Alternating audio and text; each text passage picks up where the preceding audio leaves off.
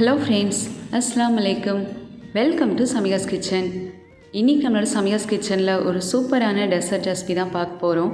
இன்றைக்கி நம்ம பார்க்க போகிறது வந்து அரேபியன் பிரெட் புட்டிங் ரெசிபி. இது வந்து ரொம்ப ஈஸியாக செய்யக்கூடிய ஒரு டெசர்ட் ரெசிபி. சரி வாங்க இப்போ இந்த டேஸ்டியான அரேபியன் பிரெட் புட்டிங் எப்படி செய்யலாம்னு சொல்லிட்டு வீடியோக்குள்ளே போய் பார்க்கலாம். ஃபஸ்ட்டு வந்து இந்த அரேபியன் பிரெட் புட்டிங் செய்கிறதுக்காக ஸ்டவ் ஆன் பண்ணி ஒரு பேன் வச்சுட்டு அதில் 1/2 லிட்டர் அளவுக்கு நல்ல திக்கான பால் சேர்த்துக்கலாம். இப்போ இந்த பால் ஒரு கொதி வர வரைக்கும் வெயிட் பண்ணிக்கலாம். ஸோ பால் கொதி வர டைமில் ஒரு சின்ன மிக்சிங் பவுலில் 1 டேபிள் ஸ்பூன் கஸ்டர்ட் பவுடர் சேர்த்துக்கோங்க. அண்ட் இது கூடவே ஒரு 1/4 கப் அளவுக்கு பால் சேர்த்துட்டு கட்டிகள் எதுவும் இல்லாத அளவுக்கு இந்த கஸ்டர்ட் பவுடரை நல்லா மிக்ஸ் பண்ணி விட்டுக்கோங்க. கஸ்டர்ட் பவுடர்லேயே வெனிலா ஃப்ளேவர், ஸ்ட்ராபெரி நிறைய ஃப்ளேவர் இருக்குது. ஸோ நான் வந்து மேங்கோ ஃப்ளேவர் தான் யூஸ் பண்ணியிருக்கேன். உங்களுக்கு எந்த ஃப்ளேவர் பிடிக்குதோ அதை நீங்கள் யூஸ் பண்ணிக்கோங்க. கஸ்டர்ட் பவுடர் கட்டிகள் எதுவும் இல்லாத அளவுக்கு நல்லா மிக்ஸ் பண்ணி விட்டதுக்கு அப்புறமா அதை எடுத்து தனியாக வச்சுடுங்க. அண்ட் அனதர் சைடு வந்து பால் நல்லா கொதி வந்துருச்சு. இப்போ ஸ்டவ் லோ ஃப்ளேமில் வச்சுட்டு இந்த பாலை நல்லா கிளறி விட்டுக்கோங்க. இப்போ இந்த பாலில் ஸ்வீட்னஸ்க்காக 1/4 கப் சுகர் சேர்த்துக்கலாம். சுகருக்கு பதிலாக நீங்கள் வந்து மில்க் மேடும் யூஸ் பண்ணிக்கலாம். அதுவும் டேஸ்ட் ரொம்பவே நல்லா இருக்கும். அப்புறம் இந்த பால் கூட நம்ம மிக்ஸ் பண்ணி வச்சிருக்கிற கஸ்டர்ட் மில்க் சேர்த்து நல்லா மிக்ஸ் பண்ணி விட்டுக்கலாம். கஸ்டர்ட் மில்க்லாம் சேர்த்து நல்லா மிக்ஸ் பண்ணி விட்டதுக்கு அப்புறமா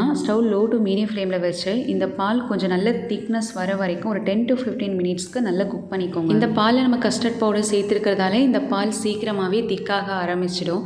ஸோ பால் நல்லா திக்காக இருந்தால் தான் இந்த ப்ரெட்டில் ஊற்றி சர்வ் பண்ணுறதுக்கு ரொம்பவே நல்லாயிருக்கும். ஸோ இந்த அளவுக்கு பால் கொஞ்சம் நல்ல திக்னஸ் வந்ததும் ஃப்ளேம் ஸ்விட்ச் ஆஃப் பண்ணிவிடுங்க. அப்புறம் இந்த புட்டிங் ரெடி பண்ணி வைக்கிறதுக்காக நான் இந்த மாதிரி ரெக்டாங்கிள் ஷேப்பில் இருக்கக்கூடிய ஒரு கிளாஸ் பவுல் எடுத்திருக்கேன். இந்த புட்டிங் ரெடி பண்ணி வைக்கிறதுக்கு இந்த மாதிரி கிளாஸ் பவுல் தான் யூஸ் பண்ணணும்னு அவசியம் இல்லை. உங்ககிட்ட எது இருக்கோ அதை நீங்கள் வந்து யூஸ் பண்ணிக்கலாம்.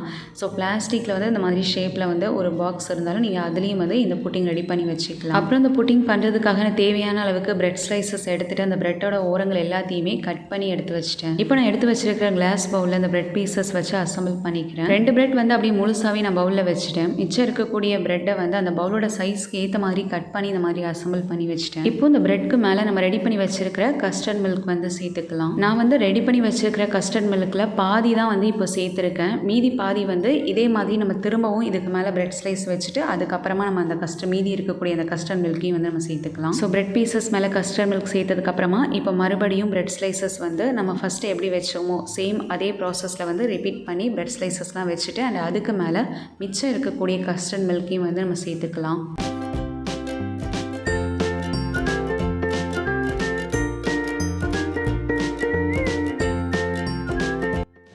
பிரெட் மேலே கஸ்டர்ட் பவுடர் எல்லாத்தையுமே ஃபில் பண்ணதுக்கு அப்புறமா இது வந்து ஃபஸ்ட் லேயர் தான். ஸோ செகண்ட் லேயருக்கு நம்ம வந்து விப்பிங் க்ரீம் ரெடி பண்ணிக்க போகிறோம்.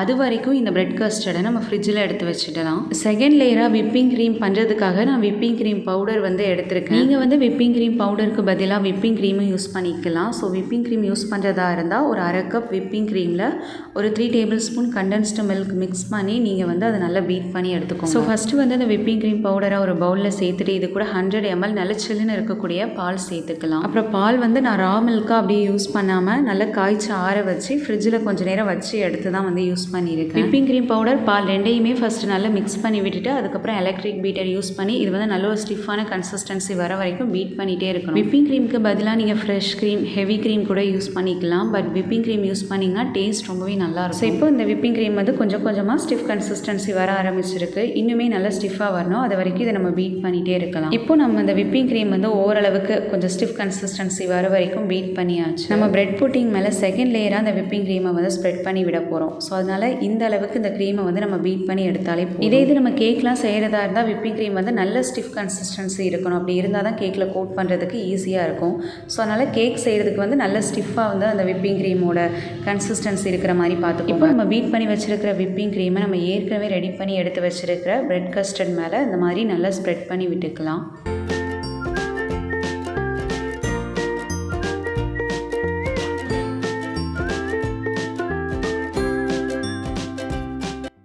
இப்போ இந்த விப்பிங் க்ரீம் மேலே நம்ம கார்னிஷிங்காக கொஞ்சம் நட்ஸ் வந்து கட் பண்ணி சேர்த்துக்கலாம். என்கிட்ட பாதாம் மட்டுமே இருந்ததால் நான் அதை மட்டும் சேர்த்துக்கிறேன். நீங்கள் வந்து எக்ஸ்ட்ரா இதில் வந்து பிஸ்தா, கேஷ்யூ இருந்தாலும் சேர்த்துக்கலாம்.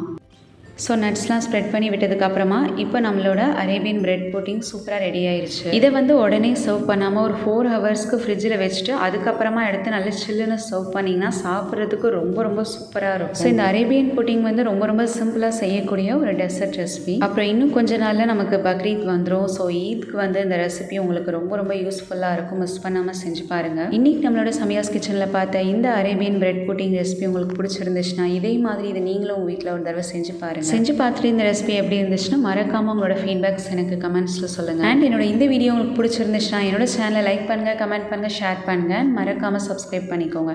பக்கத்தில் இருக்கக்கூடிய பெல் ஐக்கானை கிளிக் பண்ணிக்கோங்க. தேங்க்ஸ் ஃபார் வாட்சிங். பை.